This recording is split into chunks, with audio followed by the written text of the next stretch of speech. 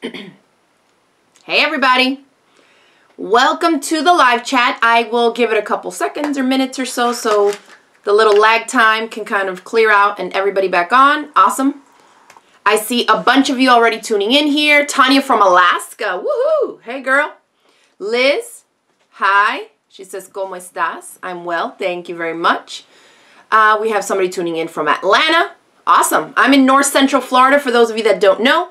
I was actually working today at my local sewing studio. I own a studio in town in Gainesville, Florida, and I taught 6 people, brand new newbies. Let me see, 5 of them did not even own a sewing machine. 1 of them did have her own sewing machine, and they were just there to take a beginner. My intro to sewing for adults class. So it was awesome. I had a guy and 5 girls and all different age ranges, different experiences, and they all were just like, I just want to learn how to sew and do all kinds of cool stuff. Some people for costumes, some people for apparel, some for quilting. I love when I have classes like that because it gives for a good vibe. You know, everybody kind of has different experience. They want to get into it for different reasons, and I just love teaching. So now I'm home and I am here in my studio ready to do a live chat with you all to chat a little bit and answer questions on hack number 2 that went up live last Monday. Hey Kate, hi Tanya, awesome. So we'll give it a little more. Hopefully some other people tune in. Hey, Lawrence. Awesome, awesome. Go ahead and let me know where you're tuning in from. What city, what state, what country. We have some people that tune in from outside of the United States. Maybe some Canadians. Hey, Laura. We have people in the UK, all over Europe, even Asia. So we'll see who else tunes in. Hi, Audrey. Awesome. So hopefully it was pretty easy to get over here. Now that I see quite a few people have tuned in already, I think I put a picture on the course homepage, and I'm putting them at the top kind of as we go. The numbers won't start from hack 1, 2, 3, 4 like this. I'm doing them so that the most current video chat is going to be up top. So right now it shows like hack number 2 live chat, this one, and then underneath 1. So just make sure that you're reading the date and which one we're chatting about so that you make sure that you're clicking on the right one. Hey Audrey. Audrey's in Ontario, Canada. Awesome. Sue from Wisconsin tuning in. Hey Sue. All right, so we are here ready to chat a little bit about hack number 2. I think it was pretty straightforward, right? We were talking about, or at least I showed you in that video lesson, how to make the wrapped neck binding that goes wrapped around the edge of whatever your neckline is cut to. So the key thing with that one is make sure you watch the video if you're trying to give it a go, because a lot of your questions, typically I try to answer what I anticipate students asking in the hack video courses or video lessons. And the main thing with that one is, depending on the pattern that you're using, that you make sure that you trim away the seam allowance so you don't end up with a neckline that's higher than what you really want, okay? Because remember that it wraps around the cut edge. It's not getting added like you would with a neckband where you can adjust the width of how much higher you want it to finish.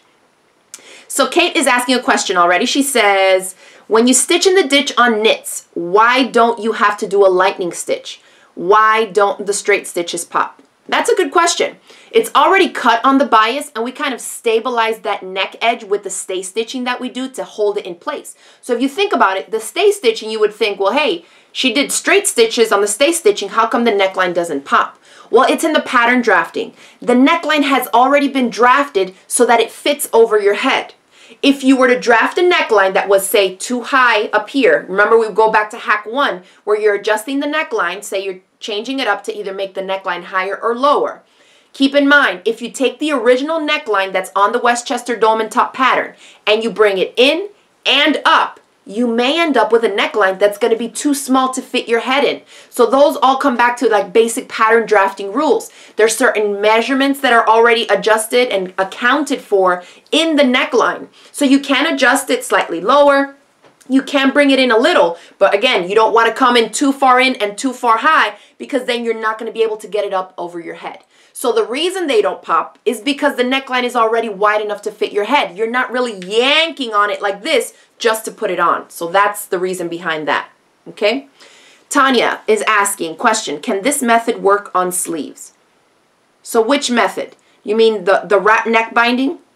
There are ways that you can finish a similar technique even with fold-over elastic. Fold-over elastic is a kind of elastic. It's not like the white chunky elastic that you see oftentimes used to put in waistbands on like pajama shorts or simple elastic waist skirts and things like that. It's kind of a softer, more drapey elastic, and it has like a crease down the middle, and you can use it as binding. So you would put the edge of the fabric in that center crease of the elastic. It's often used in like bra making, lingerie, kids clothes, tank tops to finish the, say like a sleeveless tank top. You can finish the edges off with that fold over elastic.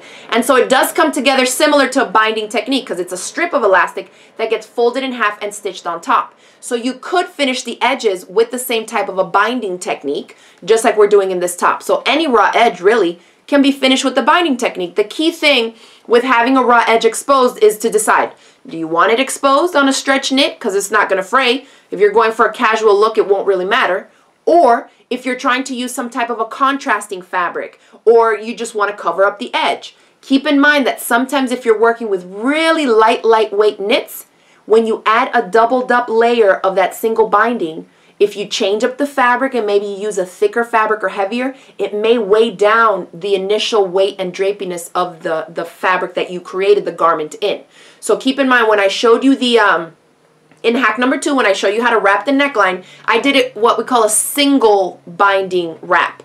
So we kept the fabric types similar in weight, so it doesn't really weigh down the neckline. We just want to clean up, right, and conceal the raw edge there. So yeah, you can use any type of binding to conceal any type of raw edge. Okay. All right. Good. Kate says that makes sense. We're talking about, think about the neck having the opening be large enough. All right, so that worked out good. Okay, great. Wrap neck binding, good. You guys got that. Then something else to keep in mind, what I was saying, the most important thing with the wrap neck binding technique is to cut away the seam allowance, unless you've already looked at it and said, okay, hey, this neckline is already okay, I don't really want to bring it down. Then that would work fine. But just know that if you're making a pattern that is accounting for a neck band finish, and it tells you in the pattern that seam allowance has been accounted for and added into the pattern piece for the neckline, then you have to think about it, you know, whether you want to go one way or the other. But in general, we do trim away the seam allowance to take away the seam allowance when we're doing the wrapped binding technique. Okay? Great. So go ahead and ask any other questions you have in there, and hopefully I will get to them. Then we have, dun, dun, dun, we'll do this at the end, and I'll go for about 30 minutes again today, especially if there's not that many questions. We have my little, I love this thing. This is my little prize wheel for giveaways. So we have a bunch of different prizes on here, like ballpoint pins, a pack of needles, fabric, thread, all kinds of crazy stuff. And so we'll spin, we'll see who's tuning in. I'll pick 2 random names from there. We'll do 2 giveaways just like we did last week. All right? So a couple things to mention, and I know a lot of you are beginners out there and maybe don't have all the tools and stuff, so I just wanted to mention a couple of key things that if you do want to start getting more into making clothes and you're enjoying the hacks and you find that you're making more and more garments, 2 key things. 1, the clip and slide measuring tape if you don't already have one. This thing is the bomb. It comes with a slider on it. We have it in our online shop. If you see like a little lowercase letter I, if you hover over the live chat video player here, on the top right corner, you'll see a lowercase letter I, kind of like for information. If you click on it, it will open up a little window for a card, and that has a link straight to our shop if you don't already know how to get there. It's also craftygemini.com/shop. Under Tools and Notions, you'll find all this, all right? It has a slider on one end where it starts at inch number 1, and it also has it in centimeters. So for those of you that live outside of the United States, like the rest of the world uses metric, you can see that it comes with both. So this is a super handy tool no matter where you live or what system you use to measure.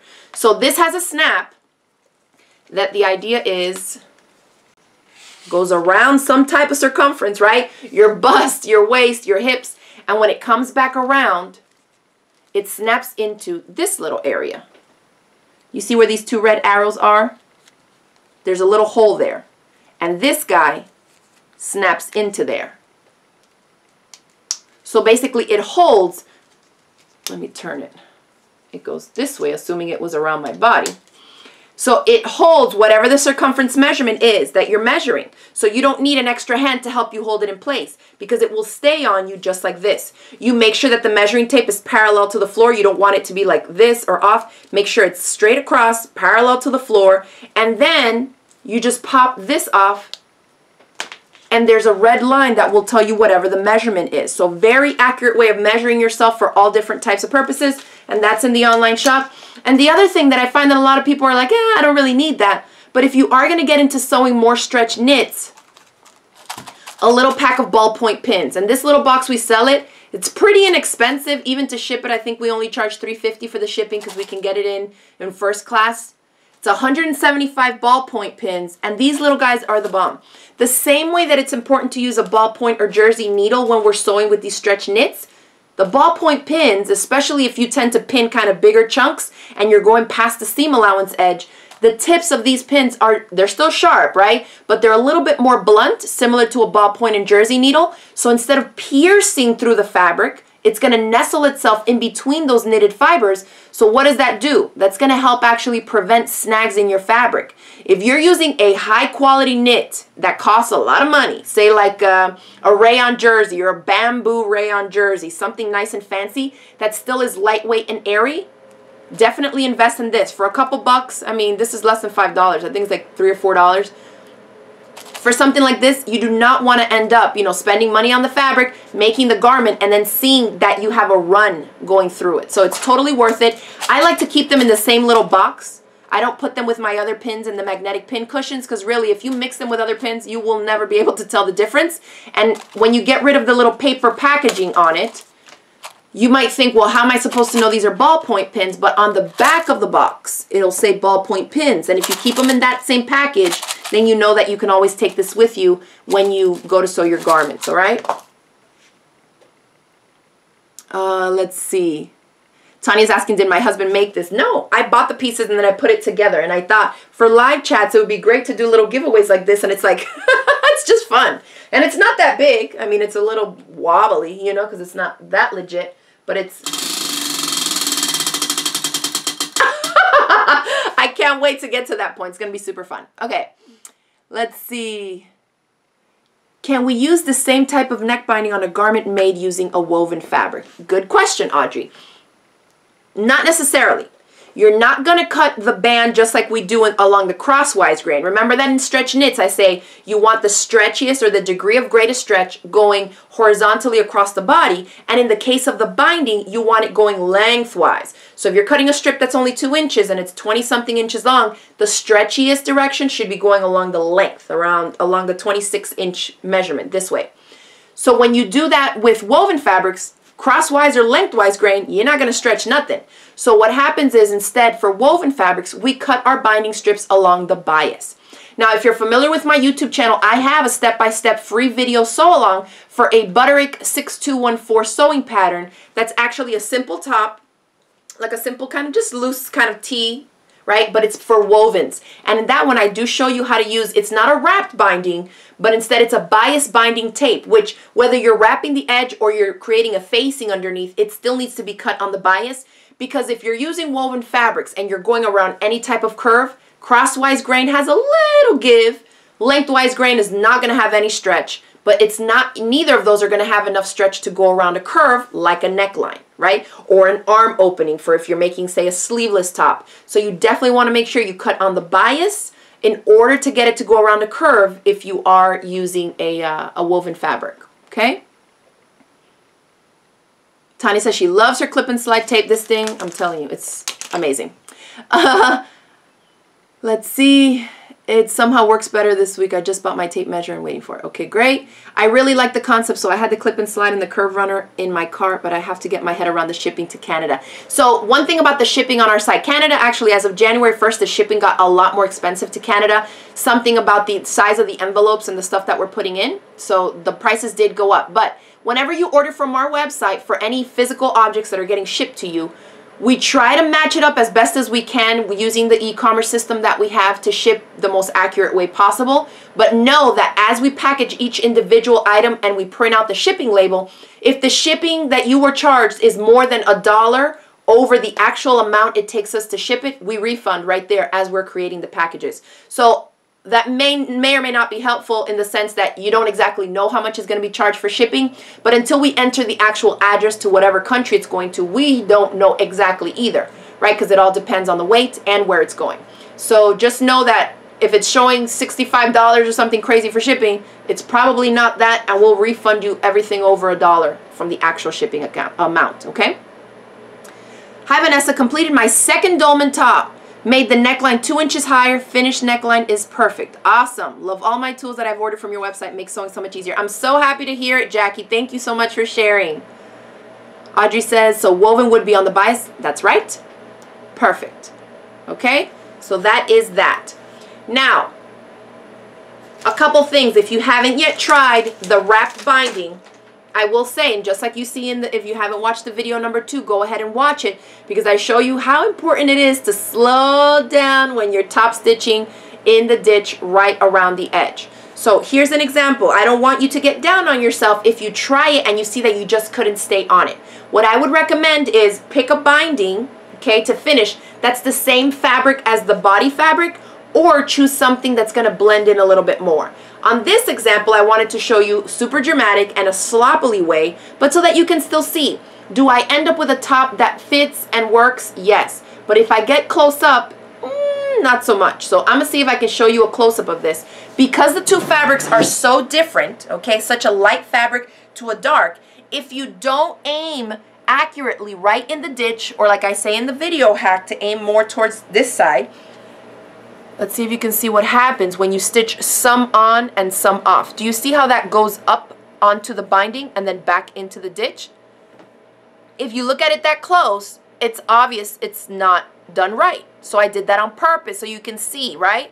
If you don't go slow, that is what you might end up with. But if you're using the same fabrics, who's going to see that, right? If you use a thread that's the same color as your binding fabric and you get onto the binding, then it won't really matter. So maybe for your first try, go ahead and wrap that binding, like try the wrap binding technique with the same fabric as the body, just so you can get the technique down and you don't have to worry about wasting time and wasting fabric if you get a little off.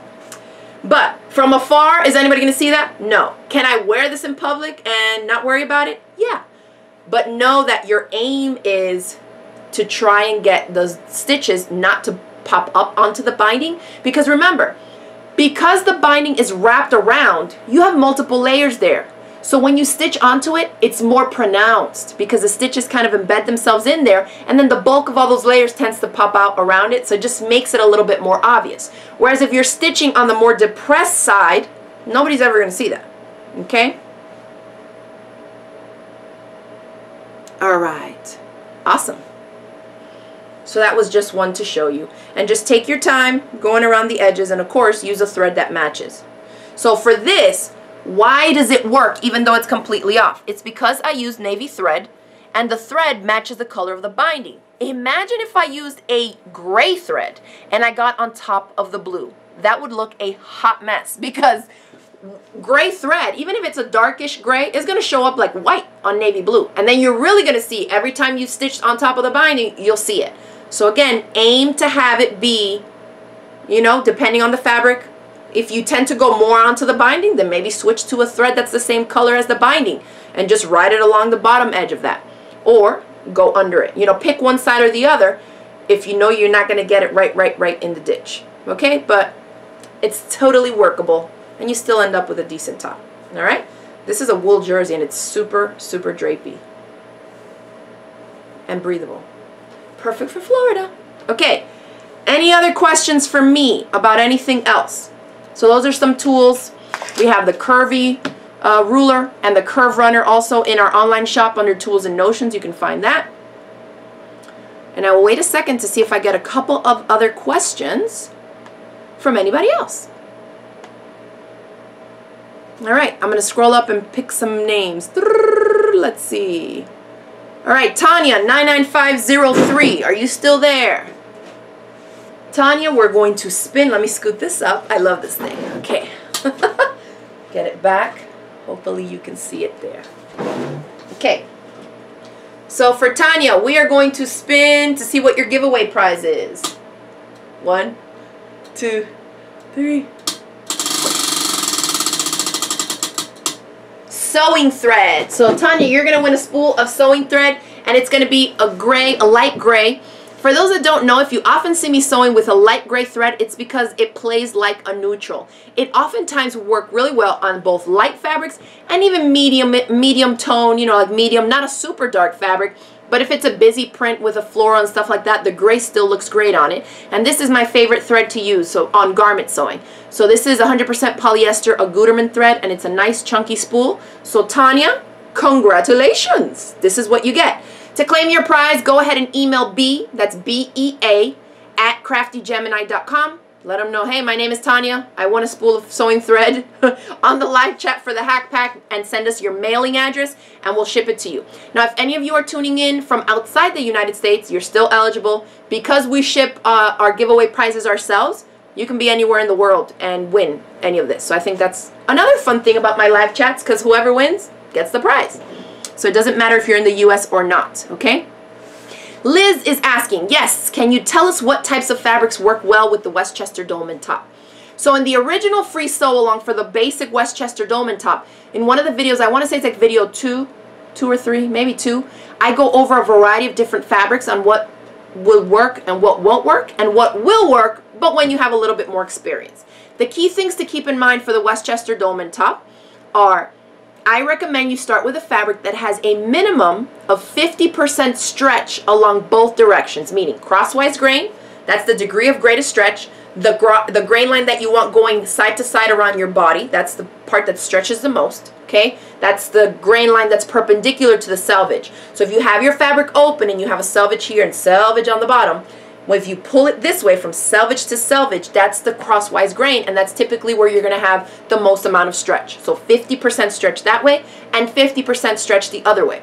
Now, does that mean that if you have a fabric that stretches 75% in one direction and only 20% in the other, that you can't use that fabric? Not necessarily. You can. You just have to see how the fabric works and adjust accordingly.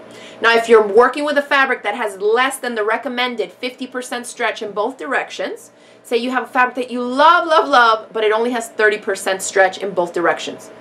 Can you toss it or set it aside for a different pattern? No, you can actually make the Westchester Dolman top in it. The only thing is that you may have to size up, because if you don't have the recommended amount of stretch and you make it in your size, it might just fit you a little snug, because we're anticipating that you're working with a fabric that's a little stretchier than what you're making it out of then, right? So look for a fabric that has at least 50% stretch in both directions, and that's going to work nicely. You can play with fabric that has way more stretch, and that's another thing to keep in mind, that if you're working with a fabric, say a double brush polyester spandex, that has 100% stretch in both directions, what does that tell you?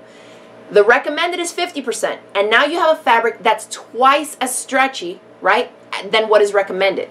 Chances are it's going to fit you looser, so you may want to size down to get a top that's a little bit more snug and slim fitting, right? Because that's how the top was designed to be. It's not loose fitting, it's more of like a skim your body type of silhouette. So that's how you can adjust for that. You pick a fabric that matches how you want the top to fit, and you choose a size up or down depending on how stretchy or how not stretchy your fabric is, okay? And so when I say 50% stretch, let me grab a piece of fabric so I can show you what that actually means. What you do is you get a chunk of the fabric, and you can do this at the store, right? You're checking out fabrics on the bolts. You like this print and you're like, okay, let me see if I can make a Westchester Dolman top out of this. Let me make sure it has 50% stretch in both directions like Vanessa said. So you double up the fabric. So this is actually a shirt, but here's the fabric. I fold it onto itself so that I'm grabbing 2 layers. You're going to not stretch it yet, but you're going to put a finger here and a finger here. What you want is 4 inches distance between these 2 fingers. So let me just double check. Oh, I eyeballed that pretty good. Okay, so I have 4 inches here.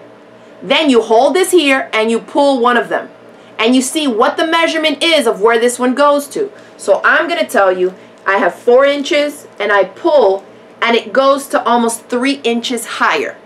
So what does that tell me? The original amount I was pinching was 4 inches. Okay, we split that up. That's a quarter, a quarter, a quarter, a quarter. Okay, so that's the 100% piece that I'm testing. If I stretch it and the stretch amount reaches 3 more inches, What does that tell me? That I can take that 100% of a piece that I'm testing and stretch it 25% more, 50% more, 75% more, right? Because 25, 25, 25 out of 4, this is 100, 3 out of 4 is 75. So because I can stretch it 3 more inches, that tells me that that fabric has 75% stretch along that grain line. And then you would just fold the fabric in half in the other direction and test that side also. Okay, so hopefully that makes sense. If not, you can watch the free video sew along because I cover that in there also. And I show you how to stretch, how to test different fabrics, okay? Audrey says, fabric stores near me didn't have fabric called double brushed poly, so I winged it and went with a poly spandex blend and did the stretch test in the store. LOL. I made 2 in 2 different prints. Perfect.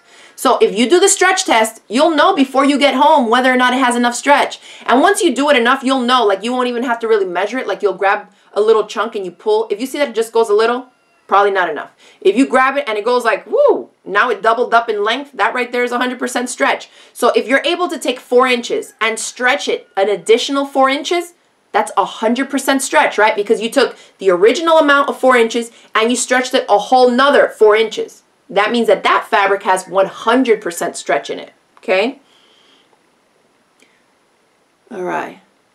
Vanessa, what about the gray and navy striped Westchester Dolman top? That neckline was great. How did you cut that for that circular striping? Girl, I'm just good. I just cut the strip, and when I folded it in half, it ended up that the strip was exactly half gray and half blue, and it just worked out beautifully. Sometimes that just happens. If you overthink it, then it's like all off, you know? But if you try to cut straight, okay, regardless of where it ends up in the stripe, when you fold it in half, see what is exposed of that half of it in a stripe. And for me, because the stripes aren't exactly the same width, and it's not evenly distributed within the 2-inch width that I cut, all you do is fold it in half, look at one side, and you're saying, okay, if I sew up half of an inch, whatever is left past that is what's going to be the neckband. So if you don't like it, if it's like, say, a little bit of the gray and a big chunk of blue, flip the strip over and see what's exposed on the other half of the fold and see if it's like, okay, these two are more equally and I think I'll like the neckband like this. And then sew it that way. But yeah, that worked out beautifully. I don't know how I did that. I was just like, oh, girl, you're good. When I stitched that one down. And that top is actually not here. I was using it to show as a demo at my class today because people were asking about knits. Yeah. But that's it. Just cut a strip. And if you have more of the fabric, you can cut a strip at 2 inches, fold it in half, and then know, okay, 2 inches, fold it in half is going to give me 1 inch. And if my seam allowance is half of an inch, whatever, you know, from the raw edge up, measure half an inch and see, okay, it's 1 stripe, or I want to fit 3 stripes in there, and just, a lot of it is trial and error, right, and experimenting. See if you cut another strip, if you cut the 2 inches higher, maybe starting at 1 stripe, now when you fold that, and you can test it out, you don't have to cut out the whole strip and be wasting. Cut out a little chunk, even just a square, and fold it and say, okay, I like the way that this looks. Now let me go and cut the whole strip exactly like that so that the entire neckband finishes looking like that. Okay? She's like, ah, butter. Yeah, it just worked out. And sometimes it happens and sometimes it don't. But one of the good things is, here's a Westchester Dolman top I did also. This is a cotton spandex blend, cotton lycra, so 95% cotton, 5% spandex, okay? Or lycra, same thing, right? Just one is trademark name. Then the neckband, you see this, how busy this print is? This is not the wrapped one, this is the regular neckband added. But because the fabric is so busy, I mean, you can make all kinds of mistakes and it's still gonna look legit because it's a busy print. If you're working with combinations that are like this, solids, one light, one dark, whether it's neckband dark, the shirt light, or the opposite, then you know you're going to have to be very precise because these solid colors are going to show everything on them. All right? Okay, great. All right, so we did one giveaway. Let's do one last one before I log off. Let me go up. All right, what is this one here? What, I just saw something with a W. Maybe not. Okay, Tammy Lem, are you on here? Tammy, we're going to, dun dun dun. Well, let me spin it nice and, this reminds me of like The Price is Right, that little click, click, click. Okay, ready? Let me try not to knock this over. And for Tammy, let's see what she gets. Ballpoint pins. So if you don't already have them, these are going to be a great little addition to your garment sewing. All right. So Tammy, also, to claim your ballpoint pins, go ahead and email B, that's B-E-A, at craftygemini.com. Let us know your name, that you won the giveaway on the live chat for the hack pack, and that they're ballpoint pins so we can ship it out to you. Make sure you email us with the mailing address for sure so we can send it out, okay? Awesome. Congratulations, Tammy. And if y'all don't have any more questions for me, that's it for this week's chat. So remember that hack number 3 goes live tomorrow, and that's going to be the V-neck. I know a lot of you out there are waiting on that one, so I hope you enjoy that lesson and that you'll give it a try this week so you can join me next Sunday to chat about the V-neck hack pack lesson. Okay? Thank you so much for joining me, and I will see you guys in the next video. Bye!